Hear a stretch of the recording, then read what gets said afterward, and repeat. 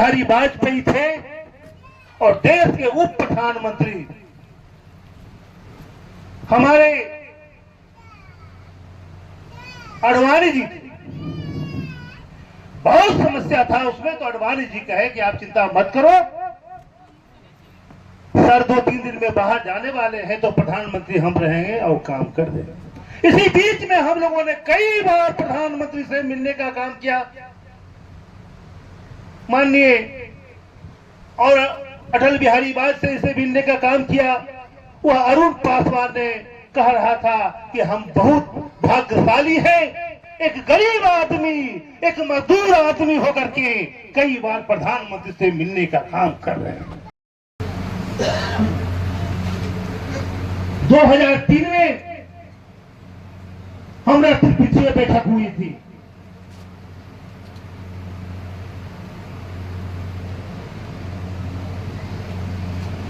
उस बैठक में आप गौर नहीं किए होंगे, वो लेटर आप लोग के पास में है। उस सारा को सरकार ने मान एवं तमाम हिंदुस्तान के भारतीय रेलवे माल गोदाम श्रमिक संघ के क्रांतिकारी साथियों में, मेरे दोस्तों, मेरे लोग, मेरे भाई, अभी संजीव जी ने आपको लगभग सभी बातों से अवगत कराया। एक बात को याद रखना है, हमारी लड़ाई सरकार से तो चल रही है और इसी सोच करके हमने 1998 में भारत थोड़ी मोहनपुर की धरती आज धन्य हो गई। हम इनके कृतार्थ हैं, हम इनके ऋणी हैं।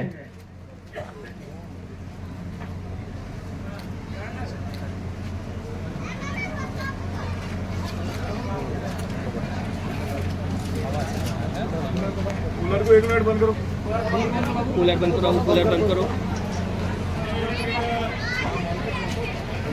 ये वो मसाल है जिसे कोई आंधी नहीं रोक सकती है। ये मसाल जल के रहेगी और श्रमिक और गरीब गुरबों को उनका अधिकार दिला के रहेगी।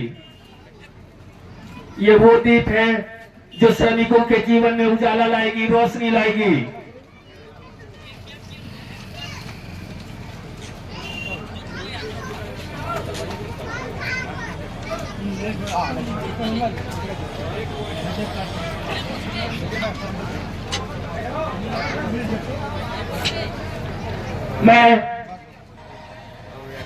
मैं आग्रह करता हूं अपने संगठन के संगठन मंत्री श्रीमान संदीप कुमार जी का और हमारे सशक्त कार्यकर्ता श्रीमती सोनी कुमारी जी का कि वो हमारे पितामह श्रीमान अरुण पासवान जी का सम्मान करें, माल्यार्पण करके उनका मान बढ़ाए, प्रतिष्ठा बढ़ाए।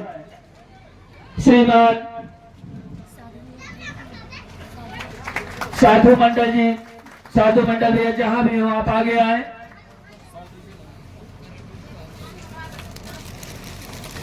आज हमारा संगठन जिस भी मुकाम पर है, हमारे पितामह श्रीमान अरुण पासवान जी का उसमें पूरा योगदान रहा है। हम मोहनपुर वासी इनके और उसका हार्ट अटैक हो जाता है और मर जाता है। मरने के बाद हमारे बीच में रहने वाले लोग संगठन पर केस कर देता है। और कैसा केस होता है?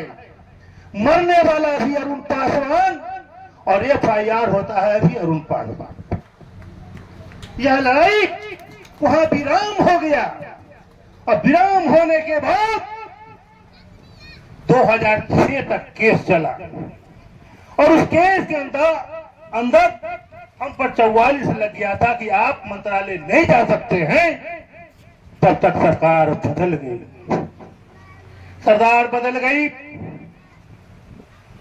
हमको याद है हमने 5 जनवरी 2006 का केस जीता था और 2 तारीख को हमने पूरे हिंदुस्तान से भारतीय रेलवे माल गोदाम में काम करने वाले मजदूर एवं तमाम सहयोगी लोगों को बुलाने का काम किया और दिल्ली में हम लोग अनिश्चितकालीन के लिए धरना और प्रदर्शन और घेराव करने का काम किया था। उस घेराव के बाद हम लोगों ने उस समय 2006 में 2,85,000 लोगों ने हम लोग जेल जाने का काम किया था। सरकार थरथरा गया था और वहां भी हम लड़ाई जीत गए थे, लेकिन हमारे बीच के लोग उस समय हमारे दिल्ली प्रदेश के संगठन मंत्री गौतम कुमार हुआ करता था, संजय सिंह थे, बहुत सारे लोग था।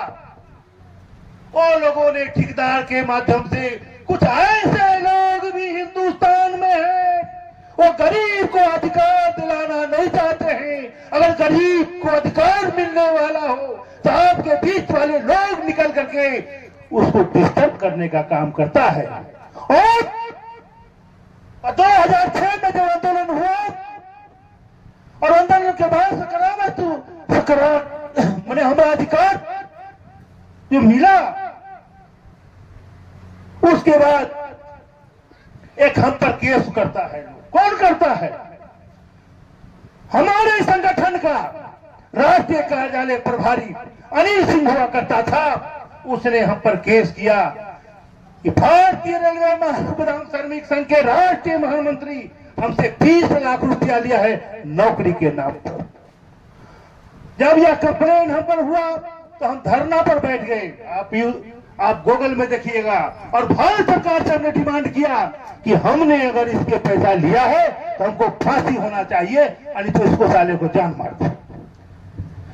वह लड़ाई, जब यह लड़ाई खत्म हुआ 2009 में, 21 मार्च को खत्म होता है।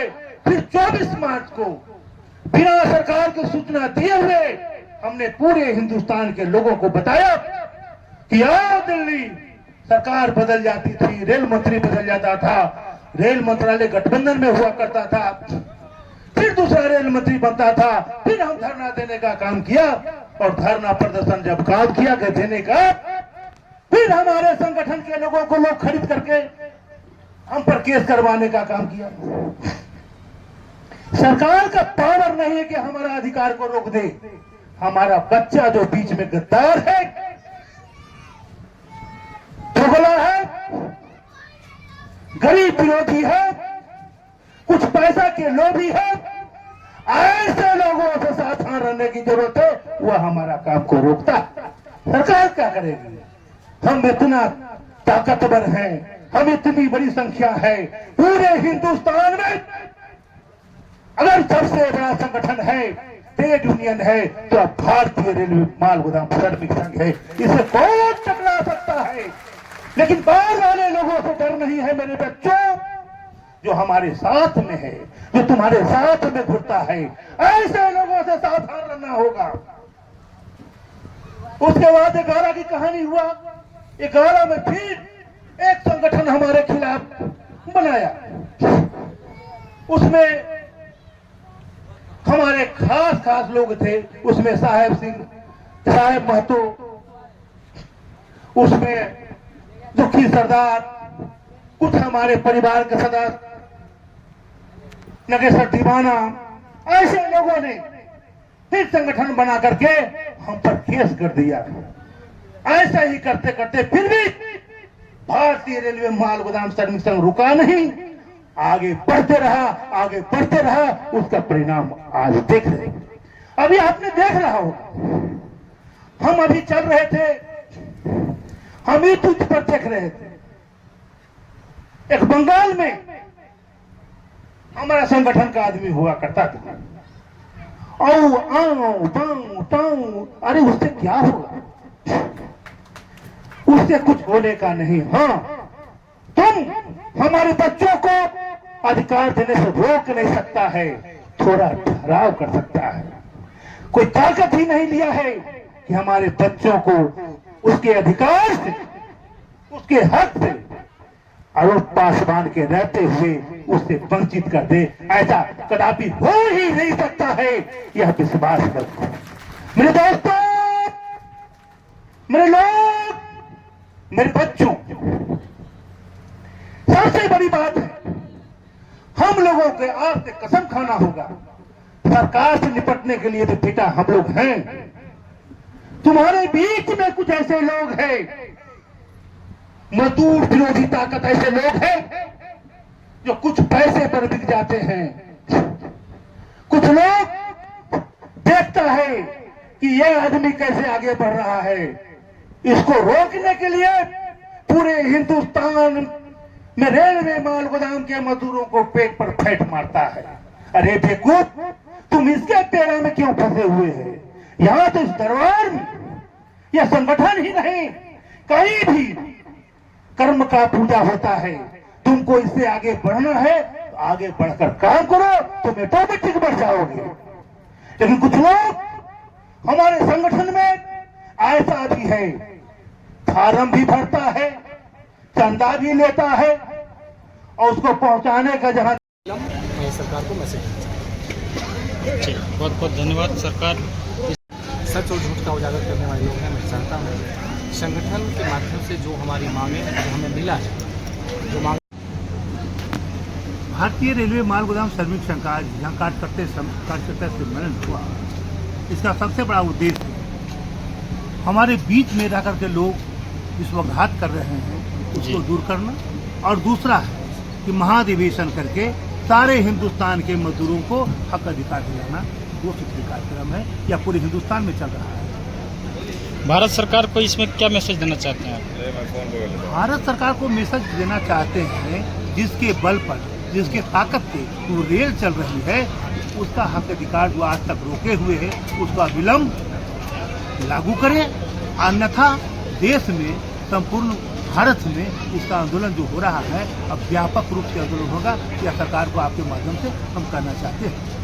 क्या क्या मांगों को लेकर आपकी संगठन चल रही है? हमारा एक ही मांग है, बाकी जो मांग था मूलभूत सुविधा वो लोग मिल गया हमको, कंसेशन पास, वर्दी, मेडिकल, ये सब कहानी खत्म है। अब हमारा यह कहना है कि आपने घोषणा किया है कि समान काम समान वेतन, समान काम समान वेतन, तो समान काम जो है एफसीआई में लोग करते हैं वही काम मेरा भी करता है। उसको पेमेंट आप खाता पर देते हैं तो समान वेतन लागू करके इसका भी अकाउंट में भेजें। आप जो ठेकेदार के माध्यम से काम हो रहा है, माल वाहक के माध्यम से काम हो रहा है, तो आप जिस समय लोड कराते हैं माल, उसी समय लोड अनलोड कराने का भी मजदूरी ले ले और इसको पैसा दें। ये तो कहना हमारा। हमारे साथ संदीप जी संगठन में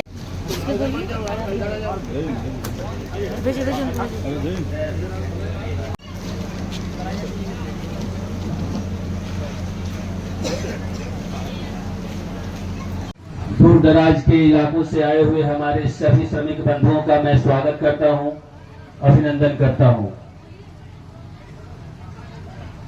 यह पावन धरती साक्षी बनने जा रहा है श्रमिक बंधुओं के लिए। सरकार से जो मांगे संगठन के माध्यम से हम लोगों ने मांगी है,